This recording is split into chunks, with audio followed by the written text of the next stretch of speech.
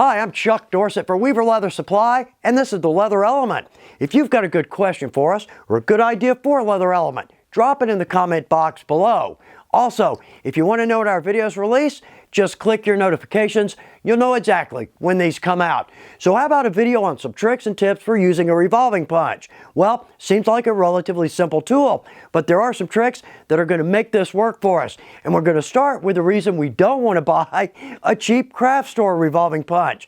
In fact, that's the best place to start. I'm going to do my best not to go on a rant here, simply because for years I used the cheap punches and they were always a headache. Now, I'm happy and sad to say that I don't have a good example of a cheap punch in my shop. Well, I'm happy because I work for Weaver. I've got some good quality punches, but I'm sad because we don't have an example to look at. So here's what we're going to do. This is a C.S. Osborne. By no means a cheap craft store punch, but it's a similar design. So we'll use this as an example. So the first thing that's going to happen when we buy a cheap punch, that flange right there is going to start to separate. Actually, it's going to start to separate on both sides. So now our revolving head is going to be coming in at an angle. We'll never punch a hole with that. Well, now there's a trick there to help that out, but that's our first problem. Second off, because they're using cheap metal right here in the handle, as we punch, the handle is going to start to bow out right there, and this distance right here, it's going to shrink to a point where we can't even punch that. And the third problem, yeah, if that weren't enough, cheap metal on the tubes. So what happens? We have the tubes that we use most often, those are going to wear. Well, those aren't replaceable. Once those wear down too much to punch a hole, we have to throw the whole tool away, and that's just wasted money. All right, so how about this? Next up, let's replace a tube. But also, if our punch isn't landing clean and we're not punching a good hole, we might be able to correct that with that arm. Replacing the tubes, pretty self-explanatory. We simply screw these in and screw these out. But a good point, if we buy a good punch or quality tubes, they're typically going to have a hole right there. That allows us to use an Allen wrench or a wooden awl to loosen or tighten those. We simply screw those in. But it's very important that we keep that tube tight in there. Now also, these tube ports are actually numbered 1 through 6. Well, we can go back to our website or our catalog, and that'll show us which size those tubes are. Here's a cool point. So right here, top of the line, absolutely. We'll talk more about this. But right here on these tubes, they're actually numbered. They're sized. We can see what that is. Now, if we've got a new tube in there, but we're still not getting a good punch, let's work with this arm. So first off, right there, I'm just going to loosen that with my screwdriver. Good. Okay. Now let's press this down on the anvil, and I'm going to rock this back and forth until I can see that that sits flat on the anvil. I don't know if the camera can pick it up, but I can't see any daylight in there. Okay. So on this end, let's take a piece of lace or rubber band, whatever's handy. Let's tighten that down. Good. Now with that arm, let's force that with our screwdriver up to that stop as hard as we can. Let's hold it there. Let's tighten that back down.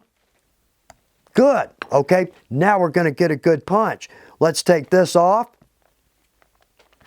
And there we are. Very nice. Okay, I said we would talk about this other punch.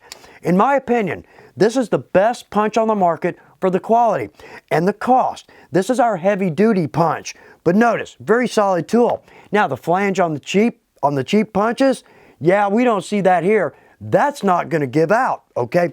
But top of the line right here, in my entire leather career, I've only seen one punch where we can replace the tubes and the anvil. We can also replace the spring. That is a tool that is going to last from here on out. Okay, up to speed. Let's step over to our pattern table. In a perfect world, we're going to get a clean punch every time. Unfortunately, we don't live in that world. What we're looking for. So right here, great example. I've got a big, thick piece of English bridle. This is a 10 to 11 ounce, and on my punch, I'm going up to my largest tube. That's what we should be expecting. But how many of our revolving punches do that, right? So, great example right here. It's one of my class use tools. I need to replace the tubes here. Glad I didn't, because it's a good example. So when we punch with this, yeah, we're going to get that little plug left. So now we've got to take our awl. We're going to try to push that through and tear that off. What a headache. Well, what I've noticed using the cheaper tools, and I did for years, that's why I used this technique. We'll talk about that. Well, what happens is that's going to get dull, absolutely, but more so, we're going to get little chips in the cutting edge on that because that's bouncing on that anvil.